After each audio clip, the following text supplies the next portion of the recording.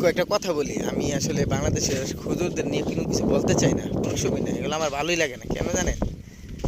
বাংলাদেশের হুজুর আসলে নিজেরার পিছনে লাগিয়ে থাকে। মানে যে যে জিনিসগুলো নিয়ে তারা লাগিয়ে থাকে আসলেই অক্ষিত, কোনো কাজেরই না।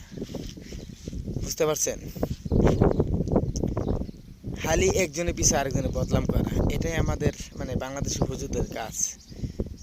তো বিশ্বে ভূ রাজনীতি যে কতটা পরিবর্তন হয়েছে এই জিনিসটা তাদের মাথায় কাজ করে না।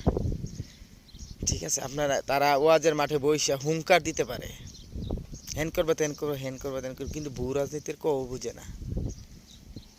ঠিক আছে, ভূ রাজনীতির ভূও বুঝে না। তো বিশ্ব যখন ভূ রাজনীতি নিয়ে ব্যস্ত, বিশ্ব যখন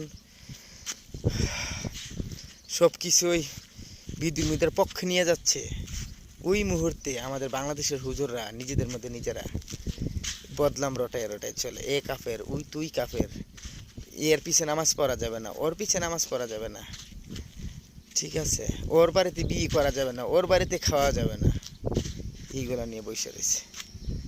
জানি না কবে আপনাদের মাথায় সেই গিলুটা কাজ করবে, আল্লাহ জানে।